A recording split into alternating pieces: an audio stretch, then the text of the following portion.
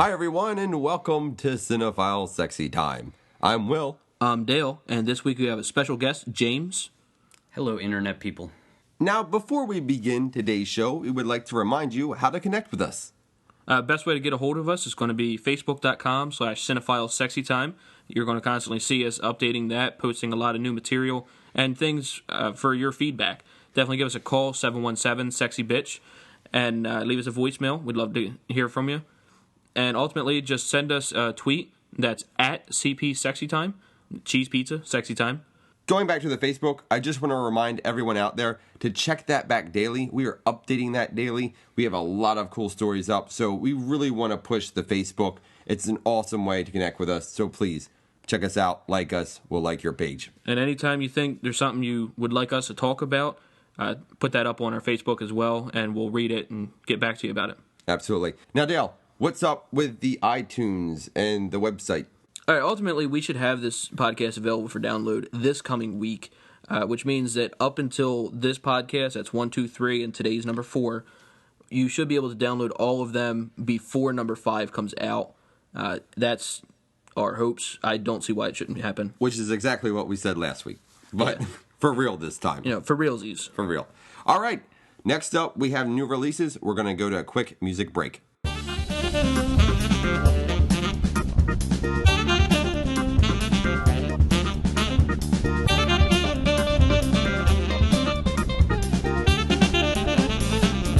And welcome back, everyone. Next up, new releases. Dale, what do we have? All right, we're looking at Act of Valor, just released this week, sitting at a 30% on Rotten Tomatoes. The director, Scott Wall, relatively new to the field, done a few things here and there, worked on various films, but fairly new to the directing. Now, Act of Valor, it has a unique approach in that it casts all active Navy SEALs. And with that, you have an authenticity that it brings to the film, but at the same time, you have some drawbacks because they are Navy SEALs and they don't know how to act. And that's what we're kind of seeing here in the reviews, per se. What I find interesting about it is that we're seeing some of the reviewers saying things, and I'm going to give a direct quote, this movie ignores the complexities of war. I find that to be intriguing given that you're looking at a film about and of Navy SEALs. You think that perhaps the director would have talked to them a little bit. Exactly. But you also have critics saying things like it's cliched, has underdeveloped characters, really bad dialogue, really poor acting, unique, but no good. James, do you have any thought on this? I don't think Hollywood necessarily can, handle military-esque kind of stuff very well. They're kind of clumsy with it. Every once in a while they come across good stuff like Saving Private Ryan or whatnot that really digs deep. But at worst they'll just come up with something that feels like a Navy commercial with Godsmack in the background, and it just feels like propaganda. All right, what do we have next? Next up, we're looking at Wanderlust. That's sitting at a 58% on Rotten Tomatoes. The director of this, David Wayne. Now, he's worked on other films like Role Models, Reno 911. Really not too great films. He's got kind of a mixed bag as far as filmography goes, but I enjoyed Role Models. I enjoyed the 10. The 10 seems to be getting some momentum and people are discovering it, but for the most part, definitely a mixed bag. Yeah. So Wanderlust, 58%, stars Jennifer Aniston and Paul Rudd. I love Paul Rudd, but lately we're a little disappointed with him. And this film seems to be a bit of a miss as well. We're having very stale humor, some new jokes. The critics are saying it's actually worth checking out. I'm going to disagree with the critics on this one. I don't think it looks any good. I'm going to say skip it. Well, from what we're hearing, when the jokes are good, they're really good. When the jokes are bad, they're really bad. I think that's your typical Paul Rudd. He's an excellent supporting actor, and even supporting actor might be the wrong term, but he's great when he's alongside of someone else who's a veteran of the craft. He doesn't seem to carry things on his own very well. So I disagree. I think he can carry things. I don't think he's been given the opportunity yet. That may be it. Well, I think he's definitely gotten the groove where, he has a big following now and he's done some great films, and now he's just kind of trying to keep his career afloat. And, that's going to involve doing some stinkers and, maybe not necessarily stinkers, but things that just kind of slip by and they're just not good enough to keep themselves in your memory. Yeah, absolutely. Like I said, he's done some really bad films lately. I think this is going to be another downfall for him. This movie, they're saying, it's very cliched. Every hippie joke that you could possibly ever come up with is included in this film. So there you have it. I don't think it looks very funny. I would also say that Jennifer Aniston in general is a huge red flag to any kind of comedy you're going to see. It's just indicative of studio meddling for the most part. And, she's not funny. She's not entertaining. She usually has very poor characters written for her and is just, at worst, it'll be an excruciating experience. Yeah. All right. Like The Breakup. Like The Breakup. You got it. All right. The next movie we have is Gone. Now, that has a 15% Rotten Tomato rating right now. The director is... Heitor Dahlia, who has no credit. absolutely nothing as far as directing goes. Doesn't seem to be much under his belt at all. He's fairly new to the field entirely. But it stars Amanda Seyfried, who has been in the acting game for a long while, ever since a child. But apparently the movie is just as bad as she is.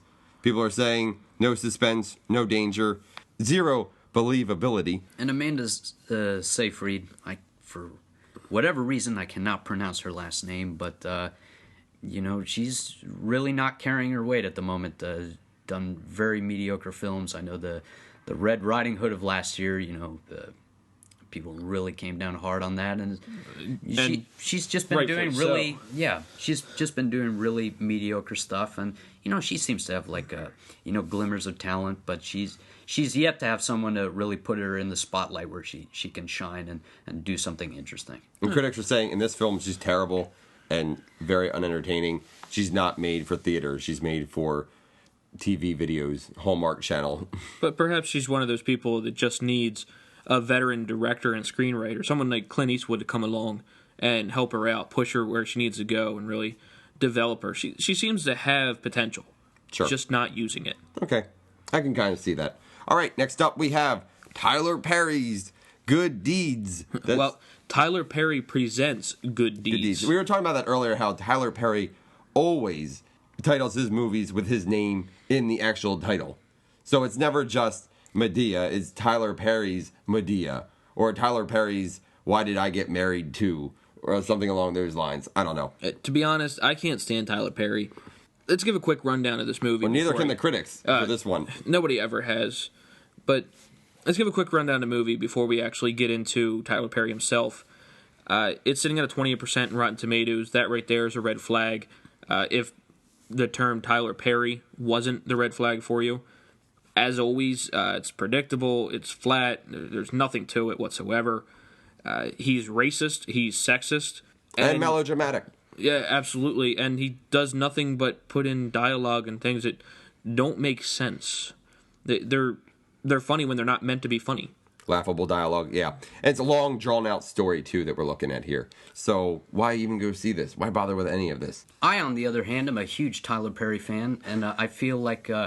If you're not a fan of pandering to racial stereotypes and shallow exploitative melodrama, then maybe there's something wrong with you.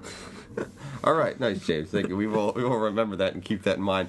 A little while ago, we were talking about Medea and how she's become the new Ernest of films. So we're expecting films like Medea Scared Stupid and Medea Goes to Jail. I don't know. I believe there was a Medea Goes to Jail. There might have. Yeah, she did go to jail. Yeah. Actually, she did go to jail. Well, I don't know. I don't know where she's going next. I'm kind of hoping it's the moon, or maybe Medea goes to hell. A concentration camp. Oh no! I've got my fingers crossed for Medea Saves Christmas. Medea Saves Christmas. That's a good one. I think that's going to be a real treat. Yeah, absolutely.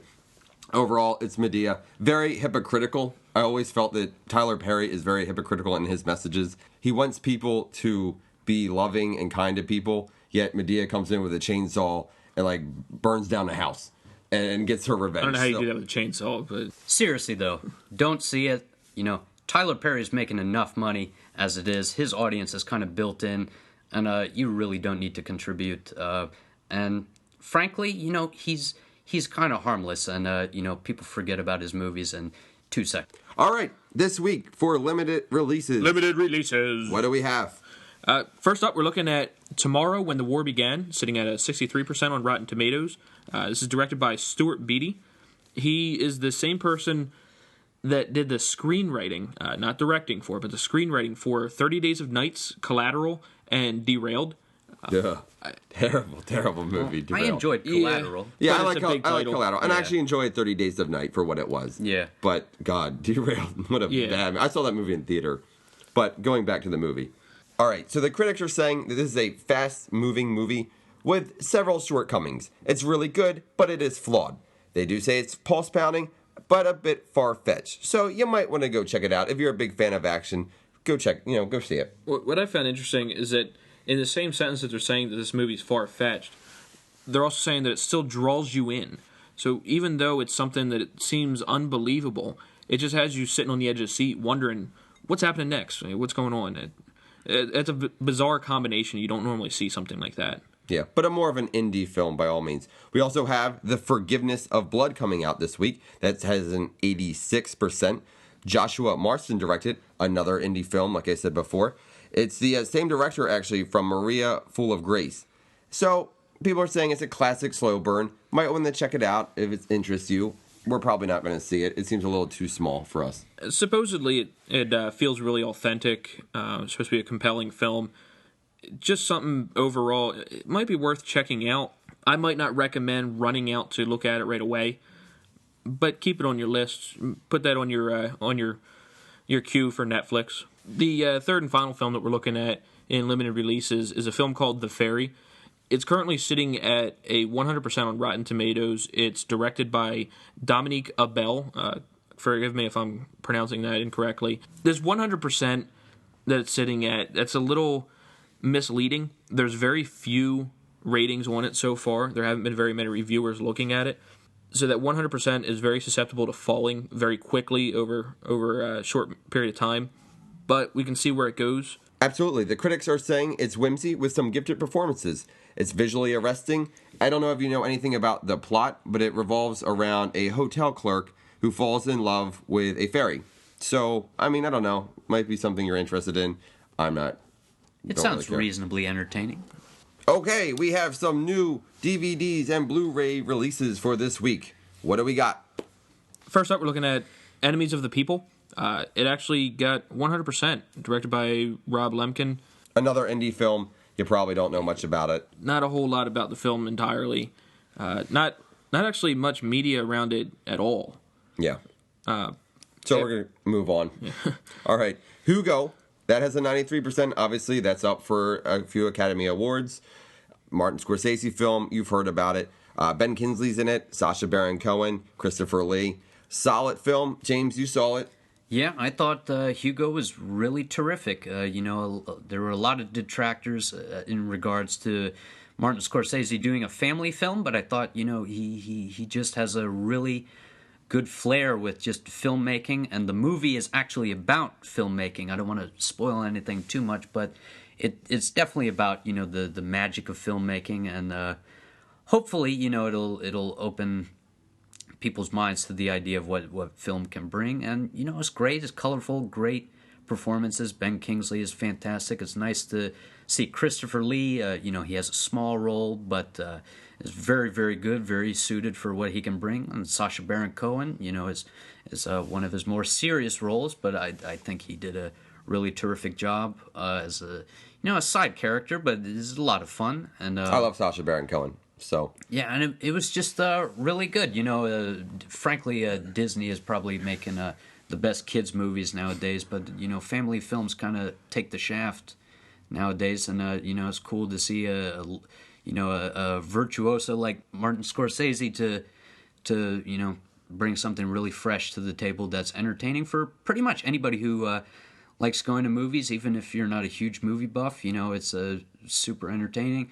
And frankly, I have to say it's my favorite movie that's been nominated for the Oscars this year, next to Midnight in Paris. all right, that about wraps it up. After a review like that, I couldn't agree with you more. Okay, we have some other indie film releases coming out on Blu-ray and DVD. We have things like Ms. Bala as an 89%. It's a Mexican gang film. You might want to check it out. It revolves around a beauty queen who gets involved with some, the gang. It's like Havoc, I guess, but the beauty queen. I don't know. We also have The Myth of the American Sleepover. That has a 79%. It's a coming-of-age film. You might want to check it out if you like those type of films. Once again, very indie. And that has a brand new director on that one, David Robert Mitchell. Absolutely nothing accredited to his name. So, Yeah. might be something to look out for. We also have I Melt With You. That's a 13% tomato reading. Don't check that one out. Another indie film. We then have Answers to Nothing. 9%. That stars Dane Cook. And I didn't know anybody was putting him in films anymore. I thought they gave up a serious on him. role, too. Now, that has the same director as Dead and Breakfast to it. So, really, don't go see it. Now, James, you said you saw Dead and Breakfast. What were your feelings on it? It's a serviceable horror movie riding on the coattails of Evil Dead with probably the same budget that Evil Dead had in the 80s. It probably had the same budget now, except it didn't use it as well because, frankly, the directors know Sam Raimi. All right, so don't go see it. We have 2 other films that were released on DVD or Blu-ray, whichever have you. Both of them got pretty low ratings. I'm just going to gloss over the films real quick, and then I want to make a short mention about 2 of these actors. First up is going to be Johnny English Reborn. It's an out of 37%, directed by Oliver Parker. It's Rowan Atkinson. Everybody knows who he is as Mr. Bean. We love Mr. Bean. I love Mr. Bean. And I'm going to get back to him in a second. Staple of my childhood. The other film was Beneath the Darkness. It actually got a 0%. Directed by Martin Guigui. I suppose that's how you pronounce it. Not that it really matters at a 0%. Call him whatever you want. And this was starring Dennis Quaid. I want to get into these 2 actors real quick. Rowan Atkinson, I'm a big fan of him. As Will just said, a staple of childhood. And he really was. I mean, watching Mr. Bean and just seeing all the stuff that he used to do back in the day, a lot of his old stand-up, it's an absolute riot. And he's a genius of comedy. He seems to know how to really strike a bone with the people that nobody else can do. He can hit these taboo subjects or do something that anybody else would do would just seem so dirty and not child-friendly, but yet he does it in a family-friendly way, and it's bizarre. Nobody else is able to do this kind of thing. And I feel that he's extremely good at what he does, and unfortunately, he's been typecasted as just this goofy dude here in the U.S. He's nothing more than Mr. Bean to anybody. And I feel that he gets stuck with things like Johnny English Reborn, which had so much potential. And I almost wonder if someone like Rowan Atkinson had more freedom with the film, if he would have more say in the creativity of it, perhaps it could have been a whole lot better than it was. Yeah, I think Rowan Atkinson is a master of physical expressions. Up there with Jim Carrey. I mean, Absolutely. His physical demeanor is just so funny. And I really think it's underplayed a lot. And when you have a film like Johnny English Reborn, you can't bring that. So you're really limiting yourself with a film like that. That's why Mr. Bean was so good, because it allowed him to just be overly expressive and himself, but having a good time. Yeah, I think it's really unfortunate. I remember seeing the original Johnny English, and, Rowan Atkinson still, he seems to be enjoying himself, and it's a very earnest performance, but, the script, frankly, it just feels like it was written for a paycheck and not a lot of money. So it's like, who can we exploit? We don't have enough money for Seth Rogen or whatnot, so let's bring Rowan Atkinson back, who's, very talented, but, he doesn't get too much respect for what he does, so that, they toss him into stuff to make a quick couple of bucks. The other quick one I wanted to mention here was Dennis Quaid. He had his heyday a long time ago. Films like The Big Easy and Breaking Away, The Rookie, that's actually not that old, and Traffic, and then more recently he also had Flight of the Phoenix. Not that that's a great film, but his performance in it was very good. And he's another person that it seems that he's fallen to the wayside, and it's almost like nobody really cares about him anymore. And so because of that, they're just not willing to put the effort into a script written just for someone like Dennis Quaid. And so he falls short of every performance anymore just because the script is so bad. Okay, going to our box office numbers this week. Dale, what did we rank in? We're just going to give you the quick rundown. I'm going to go in order, starting from least to highest, starting with number 10. The Secret of Ariadne brought in $4.5 million. If you remember, this film actually came out last week. Yeah, we touched on this last week. Yeah, so it's still sitting in the top 10, which is pretty nice. I'm a big fan of that kind of stuff. Number 9 is the movie Gone at $5 million. Number 8 is Wanderlust at $6.63 million. Total flop. Absolute flop. That's a bomb if I've ever heard one.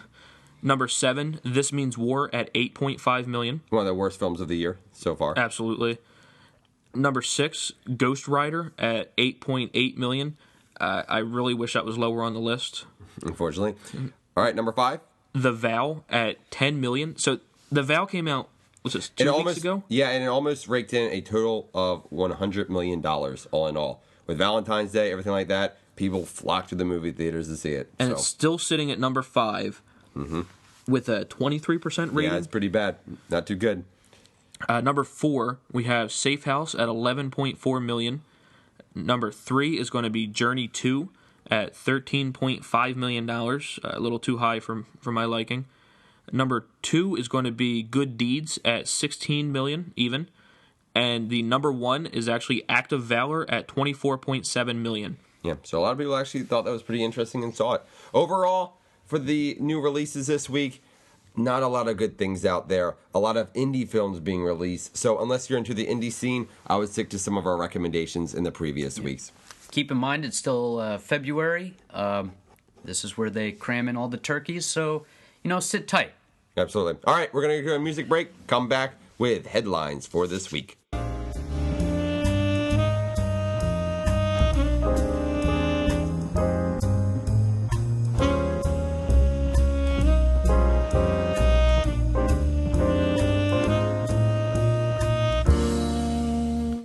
All right, and we are back. Next up, movie headlines. Not a lot happening this week. Obviously, we have a big show on tonight. We'll get to that in just a second. But we want to talk about how Sacha Baron Cohen was banned from the Oscars and the red carpet. Apparently, he wanted to come dressed up as his new role of the dictator, and the Academy was just not having it.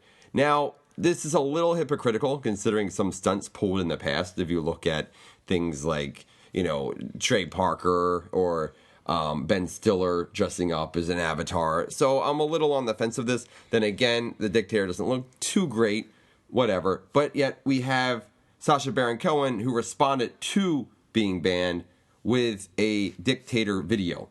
That was actually released on the Today Show. Go ahead and check it out. We're going to have that up on our Facebook. Overall, we're going to be ignoring the Oscars.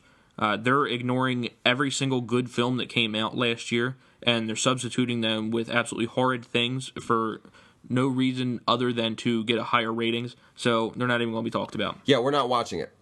And I don't think many people are. So, yeah, better time spent watching Drive, which is probably the most snubbed movie in Oscar history, and everybody knows it. And something happened. Something happened deep in the political system there where Drive got snubbed on purpose. We're going to find out about it eventually, I'm sure. Yeah, we really feel that the Academy really knew Drive was something, but they made a very conscious decision not to include it. And we may never know why, but everybody knows that it was snubbed, and to an extent, I'm happy about that because I think people are going to side with it much more because they know that it was a movie almost too good for the Oscars. Yeah. So, the Academy gave Drive the finger, so we're giving the finger to the Academy. All right, moving on. Another award show, the Razzies. We just found out that Adam Sandler has broken all records for this year's Razzie nominations. He has the most Razzie nominations out of any actor. He actually doubled number 2, who is Eddie Murphy. This year, he had 11 Razzie nominations. And thank God for that. It couldn't have happened to a better person, to be honest. We absolutely love Adam Sandler on the show, and we're extremely excited that he would get these Razzie nominations. Very proud of him. I really hope you guys are picking up on my sarcasm. Nobody deserves Razzies more than Adam Sandler, or perhaps Tyler Perry. One and the same, I think. Yes, a tip of the hat to Jack and Jill, which is probably the most insulting, disingenuous comedy film that I can think of off the top of my head. It just feels like one huge Ponzi scheme for Adam Sandler and his friends. And then you have films like Bucky Larson, Born to be a Porn Star, which he produced, Happy Madison produced. So, all right, moving on. Just real quick, we have a couple good movie posters that came out. Tim Burton's Frankenweenie. We posted this on Facebook. Yes, we did. Check it out.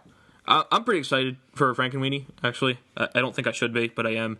I'm a huge fan of Tim Burton, and I'm one of those people that believes he does no wrong, even though he does a lot of wrong. No, I used to be a huge Tim Burton fan. I hope he comes back. This is an original storyline. Once again, those are his best films.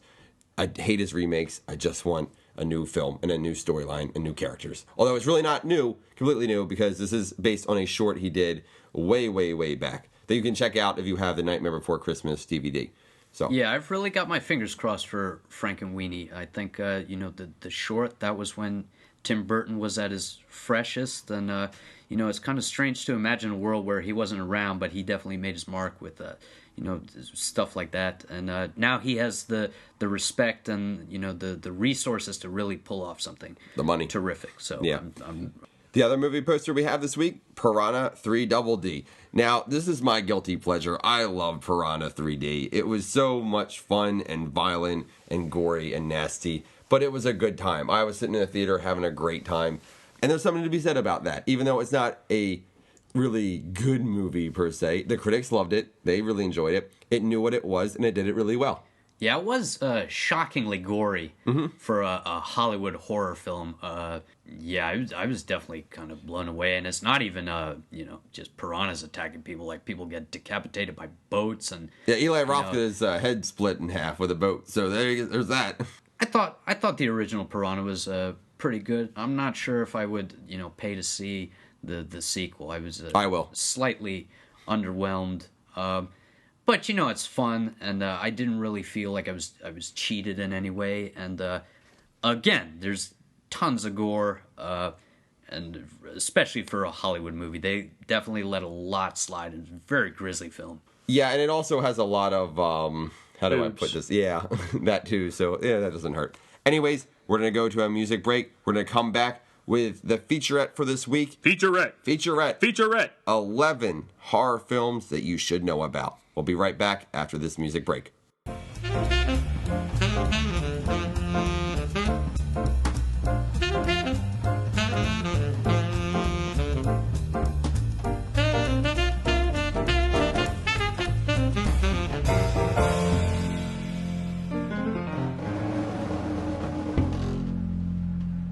Hey everybody, welcome back. This is our featurette of the day, of the week. 11 horror films you should know about for the average Joe. Now we're doing this because James is here and he's a huge horror guru. He's the one that turned me on to horror films, and a lot of his recommendations, they are amazing films, and they're something that you should see and you should know about, especially if you love horror. When you say a lot, I haven't seen a single bad one he's recommended. This man is a walking encyclopedia of all things horror, thriller, slash films, old and new, all the way across the pond. He's IMDb in the flesh. Absolutely. You'll never meet anybody that knows this stuff off the top of their head better than James. Yeah. All right, so let's dive right into this list. What film should I check out? I want a good horror movie. I want a good scare. Got my girlfriend. What do I want to see? So I guess we're going to start out with Thirst, which is directed by Park Chan-wook, the director of Old Boy, which everybody loves. And if you haven't seen Old Boy, then why are you listening to this podcast? Oh, you'll be hard-pressed to find anybody who has bad things to say about that film. And having seen everything he's done, he's one of the few directors working today that literally has a flawless track record. His worst movie, I'm a Cyborg, but that's okay. That's still miles ahead of pretty much any romantic And we referenced comedy. that film a few weeks ago. So it's a terrific film, and to say that that's his worst, it's like, you got to be kidding me. But Thirst is great. The movie scene nowadays is smothered with vampires, and leave it to someone like Park Chan-wook to just bring something fresh to it that's touching and funny and super gory, and just has everything mixed into it, and is really good. You're getting hit on all fronts as far as entertainment goes, and it's really deep, great characters, a lot of commentary on religious lifestyles. now, James, quick 2-sentence plot summary for Thirst. Well, it's about a priest who has to sacrifice himself for the moral good of the people he has follow him, and he turns into a vampire, and turns out not to be a great guy, not a great priest. Coincidentally. All right, next up, what do we have? Number 10. Next up's going to be The Host. I'm a big Monster of the Week fan. I think that's one of the reasons I really was drawn to this film. You don't have to be a Monster of the Week fan to like this film. It's a great thriller, a great, I think horror might be too vague of a genre to say, but it's a really fun film. This is essentially a film that's just about this giant sea creatures running rampant across Korea, taking people hostage, killing various people that he feels threatened by. It's a really cool film to watch. The CGI, especially for its time, is really good. For its time, was really good. Yeah. Now, this film also has a lot of really funny moments that you only get if you read in between the lines. It says a lot politically, believe it or not, and you have to do a little bit of research after watching it to get the full extent of it. Really interesting film, very thought-provoking film as well. Yeah, Korean audiences really want to get hit on all fronts as far as entertainment and filmmaking goes. You know, they want the comedy, they want the horror, they want the drama, they want the political commentary, and you just get everything in pretty much any movie they do, and they work really hard. Exactly. You got it. So, next up, we have Inside. Now, Inside is the first French New Wave horror film that we have listed here, and we will list some more. Inside might be the best home invasion film I've ever seen. It's a film that, having watched the film halfway through, I find myself like grabbing my gut and like, why is this happening right now? It's super gory, super nasty. Only revolves around a few characters, but it makes the most of it. Yeah, for those of you who don't know, Inside is about a pregnant woman who has a woman invade her house with the intention of taking the baby by force, and starting out, what we mean when you see it. Starting out with scissors, and it's just super gory. It's unedited, so you know nothing is censored in any way. And they kill the cat, so always a plus. For those of you who love animals, you will not like this film. And it's a French film, so you know you have no dumb teenagers sneaking off in the woods doing drugs and having sex. It's a really gloomy people. It's set on Christmas Eve, and nobody really cares. Everybody thinks that it's going to be a terrible Christmas, and people are rioting. So it's a Christmas Eve full of blood and nihilism, and a great Christmas movie, and misanthropy, and it's great. Show the kids. Overall, yeah, watch it right in between the showings of A Christmas Story and The Grinch. Exactly, absolutely, it's right in there. Overall, also this movie has a great soundtrack too. The audio is amazing. All right, we're going to be moving on to Suspiria, a staple in the horror genre. Oh, yeah. The Suspiria was directed by Dario Argento. If you don't know who he is, you have many, many years of horror movie watching to catch up on. He is the premier, Italian filmmaker. Suspiria is a supernatural horror film about a girl who goes to a ballet school that turns out to be run by witches. Mm-hmm. So you got a lot of supernatural elements and a lot of atmosphere. The colors, especially Dario Argento is famous for that. It's all Technicolor, and there's tons of reds and blues and just saturated scenes. It's super psychedelic. The soundtrack is done by the legendary electronic group Goblin. Again, if you don't know who they are, you got lots of problems. Like you got to get on your horror movies seriously. And now, I say staple of the horror genre because you have things like the lighting, and especially the blood, are all indicative of Italian horror films, and those types of techniques are still employed by major directors today. Whether it be like Sweeney Todd had the same color blood as Suspiria. And then also the coloring, like Quentin Tarantino uses a lot of the same lighting. Oh, yeah. If it weren't for Dario Argento, like, forget Tim Burton. It just wouldn't be the same. Dario Argento and Mario Bava, Tim Burton would not be the same dude, not be the same director if it weren't for these guys, especially Suspiria, which is just, tour de force of psychedelic horror. Sure. All right, moving on. We have Ravenous. Now, this movie came out the same weekend as The Matrix, so a lot of people didn't know about it. But it's a pretty awesome movie. It revolves around cannibalism and a really unique spin on it. So check it out. Guys, what did you think about it? I thought Ravenous was great. It's a very strange movie. It gets very dark at times and very funny at other times. The soundtrack was actually done by Michael Nyman, who is he's done a lot of movies, very classically trained, but he also teamed up with Damon Albarn, who is from, believe it or not, Blur and the Gorillaz. So they did a lot of bluegrass music that's very quirky and is really strange. You know, Who does it star? Who's in it? Oh, it stars Guy Pearce and Robert Carlyle, who was in 28 Weeks Later and Train Spotting as Bagby. If you saw Train Spotting, you'll definitely remember him.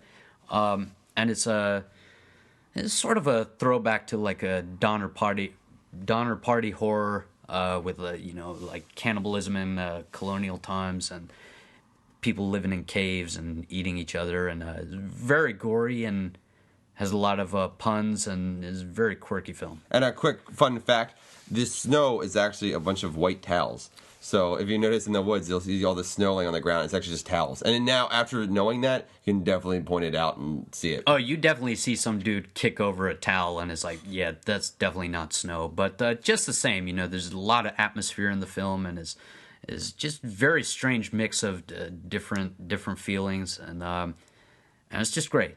All right. Tons of gore. Very cool, very cool. All right, we're going to move on to Henry, Portrait of a Serial Killer. Dale, what do you think about this one? I really enjoyed this film. This is almost an oddball pick here, only because it's one that it kind of fell under the radar of a lot of people, but it's still mainstream enough that most people have heard of it. And it's one that your typical American audience is going to enjoy just fine. You don't have to go into it with any specific mindset like a lot of these ones on here. This is one that you could just sit down and pick up and just watch. Sure. Now, it stars Michael Rooker, who, if you're a fan of The Walking Dead, or he was in Super, awesome actor. I love him personally. Really good in this film. This is his standout role. This is what really put him on the map. Oh, by far. And I'm a huge fan of Henry, Portrait of a Serial Killer. You know, if you're into Friday the 13th or things that just kind of glorify serial killers or, you know, make them into a cartoon character, this is not for you. If you're a fan of Silence of the Lambs, on the other hand, Henry, Portrait of a Serial Killer is definitely for you. There's a realism throughout this, you know, super disturbing. Very disturbing movie. Yeah, and it's very true to life, and it's an ugly movie. You know, if you're looking for a fun popcorn horror movie, this is not for you. Not a feel-good movie. No, definitely not. This is the real deal. If you want something to really get under your skin and think about for a couple days, and you know, you want a movie where you're gonna have to take a shower after seeing it, Henry, Portrait of a Serial Killer is that. And I should also add that it's based on the real crimes of Otis Toole and Henry Lee Lucas, who were legendary serial killers and really horrible people. So all right. If you want that, you know, this is a feel-good family show this week. All right, next up we have Session 9. Now, this is the definition of a slow burn. I thought the ending was just okay, but up until that ending, it's an awesome movie.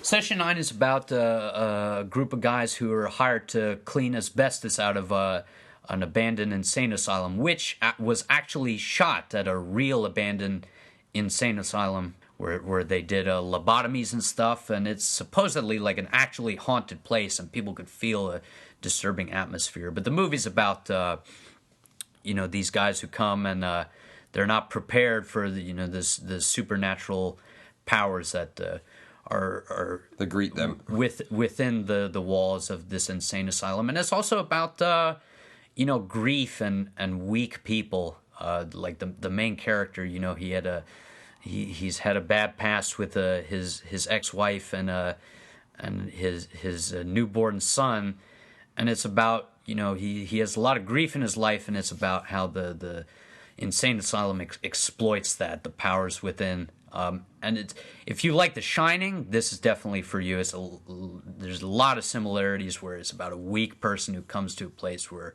there's powers beyond their control, and the powers exploit them and turn them against people that they care about. All right, we're going to move on to our next film, which is Society. Now, James, you insisted that this made the list, so real quick. Okay, I definitely wanted to have a movie that a very small amount of people have seen, and but that really is worth mentioning. And Society is definitely a bizarre film. It's about this high school jock whose his girlfriend is the daughter of some very, very rich, like, affluent people, and he kind of gets an into, the upper crust of society, hence the title. But then he starts to realize that things are very off about this particular upper crust. And the majority of the movie feels very, underplayed, is very mysterious, kind of noir-esque. Feels like a Twilight Zone episode at times. But the big payoff is the ending, where it's just one of the most bizarre endings to any movie, and nothing that happens. There's maybe 2 scenes that can prepare you for it, but even those don't do a good job. I'll just say it's very effects heavy, it's very surreal, and involves champagne, and it involves an activity called shunting, which has never happened in any other movie. And don't look it up; it'll definitely spoil everything. But or you could Google image it. Yeah, it's usually turn off safe search. It's usually the best bet. And do it at work with your kids around. Also, a blue waffle. Don't forget blue waffle. Definitely Google blue waffle. And if you want a gross ending that actually doesn't involve blood, Society is for you. There's very little blood in this movie, and that actually makes it even more disturbing. But if you want a movie to just freak out your friends and have them sit around for an hour and be like, oh, this is no thing, and then at the end it totally hits them in the back, this is for you. All right, next up is going to be our 3 favorites. Myself, Will, and James, we each have our favorite of these 11. Not to say they might be the best of the best, but they're our favorites for this list. I'm going to go with May. I'm a big fan of May. Any of your horror film people out there, the really big groupies of it, they're going to understand May is a must-see film. It's intriguing. It's oddly gory without being incredibly gory. It portrays this incredibly awkward character just trying to kind of get through life. It's a very awkward film, and that's really the appeal of May. It's so awkward and so gross, and really not a movie that makes you feel good about yourself either, but yet you enjoy it. It's kind of like a dark, twisted fairy tale. But I'll tell you what, stick around for that last 2 or 3 seconds, because it polarizes audiences. Absolutely. That ending, some people love it, some people hate it. No one's in between. And when very bizarre, very unprecedented. And when you see the film, you'll understand exactly what we're talking about. Yeah. Now, my pick is Martyrs. Obviously, we talked about this last week. Not going to go into it again. My favorite horror film, of the past decade. Crazy, just absolutely nuts. Very gory, very disturbing. Not a feel-good movie. Not a movie you want to sit around and have popcorn and watch with your friends. Definitely not a movie like that. If you do that, then everyone's just going to go home immediately afterward and cry themselves to sleep. So don't see it if you want a feel-good movie. This is a nasty, brutal movie, but I love it. Don't see it with your girlfriend. It's not a date movie. It's not sit down with your grandparents or your children. I can't even recommend to see it other than it's an incredible film. Yeah, I saw it 3 times. I don't think I'm going to see it again, actually. I'm kind of done. I'm at number 2, and that's it for me. Yeah. All right, James, what's your pick? All right, my pick is Takashi Miike's Audition, which is already legendary, having only come out in 2000. The torture porn genre owes a lot to Audition, but to say it's torture porn is it's kind of a disgrace, I gotta say. Audition's just a brilliant film on all fronts. And like Society, it's a slow burn until the end, and then the end just hits you so hard. And if you haven't heard anything about the film, it's going to hit you especially hard. But I thought it was really terrific. I thought the majority of the film is very uncomfortable in a way you can't really kind of pick out. There's a lot of nuances that just kind of make you squirm a little bit, and then at the end, it's like a tightrope that's just kind of let loose and snapped. And very gory, but in a very, very tasteful way, very underplayed. And honestly, talking about it, I have a very hard time putting it in a little box. Like, there's so many emotions that go through me watching Audition, but for me, it beats Martyrs by just a hair for the best horror movie of the last decade. So, there you have it. 11 horror films that you should know about. We're going to go to a quick music break. We'll be right back with our oddball pick of the week.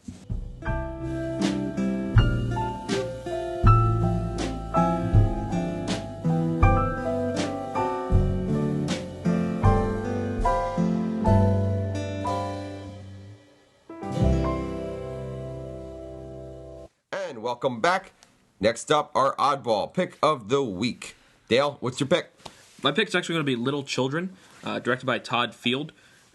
Not a whole lot under the directing belt, but he's here and there all over the place. This is starring Patrick Wilson and Jackie Earle Haley. You'd know them from Watchmen. You'd also know awesome people. Do love them. You'd also know Patrick Wilson from Hard Candy, which if you haven't seen this, I'm going to make this a double oddball pick. Check out both Little Children and Hard Candy. Mm-hmm. It also has Jennifer Connelly, Kate Winslet, and Noah Emmerich. You know who they all are. If not, IMDb them. They're all just an A-list cast, and this is just an incredible film. I'm not even going to delve into the story of this film. I just really want you to check it out. It's not a feel-good film. Incredibly dark. Very, very dark. It's like a dark drama. Absolutely. But absolutely check it out. It's not streaming on Netflix at the moment, but you can absolutely get the DVD through Netflix. Put that in your queue.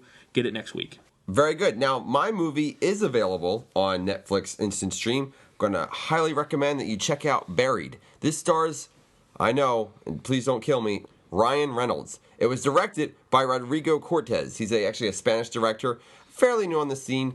This whole movie takes place in a box, literally. And I know it sounds crazy. I don't know why I'm recommending it myself, because it's Ryan Reynolds. He's no good. He's in things like Green Lantern. Why would you ever watch a movie with him in it? Check this movie out. He's actually amazing in this film. He really showed off his acting chops. He could be a decent actor if he was given the right opportunity. This movie really showed him off. And surprisingly, it's very entertaining. It makes the whole 88 minutes go very fast. You think the whole movie takes place in a box. How is that movie remotely entertaining? It's actually very quickly paced and very fun to watch. The filmography is incredible. All sorts of angles, all sorts of viewpoints. Very cool. Check this movie out. Like I said, 80 minutes. You could do a lot worse. Go see it. All right, James, what'd you have for your pick? All right, my pick is The Dark Backward, which came out in 1990, 1991. I'm not quite sure. Very bizarre film, starring Judd Nelson as a garbage man who doubles as a comedian, and quite frankly, the worst comedian in the world. He's friends with Gus, played by Bill Paxton, who's quite frankly the dirtiest person I've ever seen in a movie. If you thought Divine from Pink Flamingos was gross, you should see Bill Paxton. This is my favorite role from Bill Paxton, but it's about Judd Nelson as a comedian who, gets terrible responses until he grows a third arm out of his back, and it jettisons him to showbiz and fame. And it's kind of a mix of Tim Burton, Dario Argento, and John Waters. If they had a horrible mutated baby that did stand-up comedy, The Dark Backward would be it. And it's the closest film I've seen to a cartoon, like a live-action cartoon. Like, just the logic is very bizarre, but it's like Society and Audition, is a very hard movie to put into a box, but I highly recommend it. All right, and there you have it. Our 3 oddball picks of the week. Buried, Little Children, The Dark Backward. Go see them all. Let us know what you think. We're going to go to a quick music break. We'll be right back.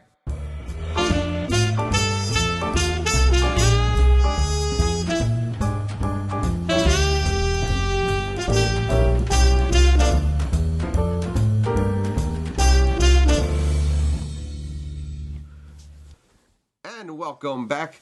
James, we want to thank you so much for being on our show. Very insightful. Man, you are like a dictionary, dude. You just know, actually an encyclopedia, rather. You just know everything, and all by memory. Let us remind you. We took notes, just Dale and I. James, all this is right off the bat, right from his mind. Crazy. And all those names, dates, every little key factoid about all those films and everything. In fact, most of the films in the list were from his memory as well. And so it's incredible, actually, to just sit next to somebody that knows this much about the field. And we're privileged to have him on the show, and so we thank you very much for coming by. More than welcome to show up anytime you'd like. He'll be back, by all means. I'm sure he will be a fan favorite. Yeah, no problem. I had a good time. Quite frankly, I should have taken a ton of notes, because this was definitely all on the fly for me. Well, you did great. Absolutely. You did amazing. Yeah. All right, so we Too just modest. want to remind you to check us out on Facebook. Check us out on Twitter. Check us out on Gmail. Give us a call, 717-SEXY-BITCH. Come back next Sunday night for an all-new podcast. I'm sure we'll be talking about that award show that will go unnamed that you should be checking out tonight, but I we're don't not. even think I want to talk about it next week. Okay, maybe not. Fuck the Oscars. Okay, on that note, we are out. Have a great week. We will see you back next Sunday.